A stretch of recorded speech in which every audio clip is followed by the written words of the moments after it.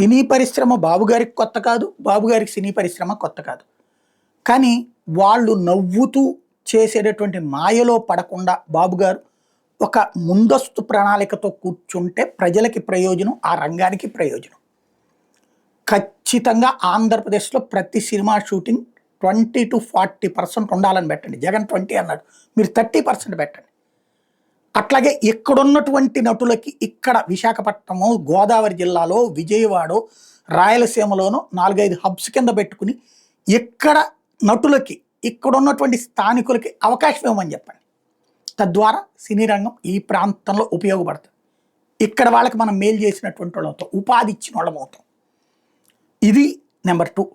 Number 3, cinema టిక్కెట్లు ఏదైనా సరే బాగా డబ్బులు ఖర్చు పెట్టినటువంటి వాళ్ళు ఎవరైతే 100 కోట్లకు పైబడి ఖర్చు పెడతారో వాళ్ళకి సినిమా టిక్కెట్లు పెంచుకోవడానికి మాత్రం ఇస్తాం, ప్రతి సినిమాకి పెంచుకోవడానికి ఇవ్వం అన్నటువంటి చెప్పండి. అది నేను చెప్పకపోయినా బాబు గారు చెప్పేస్తారు.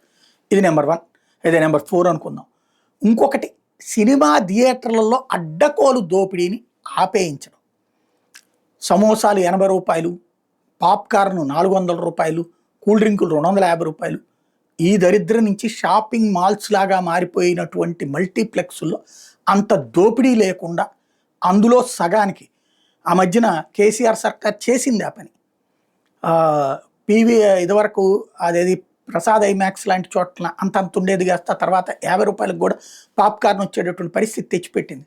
అట్లాంటి మార్పు చేయించగలిగితే బాబుగారి పేరు ఇటు పబ్లిక్ గుర్తుపెట్టుకుంటారు.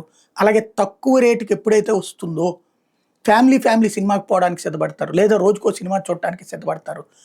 ప్రజలకి వినోదం అనేది అవసరం. ఓటీటీలో వచ్చేస్తుంది, ఓటీటీకి ఏడాదికి సబ్స్క్రిప్షన్ కడితే సరిపోతుంది అనేటటువంటి దాంట్లో ఉన్నోళ్ళు కాసేపు వెళ్ళి కూర్చుని సినిమా చూసొద్దాం అనేటటువంటి ఫీలింగ్కి రావాలంటే అందుబాటులోకి రావాలి. బాబుగారి అనుభవంతో వాళ్ళని కన్విన్స్ చేయడం, అదే సందర్భంలో రాష్ట్రానికి ఆ ప్రయోజనం చేకూర్చేలా చూడగలిగితే బాగుంటుంది.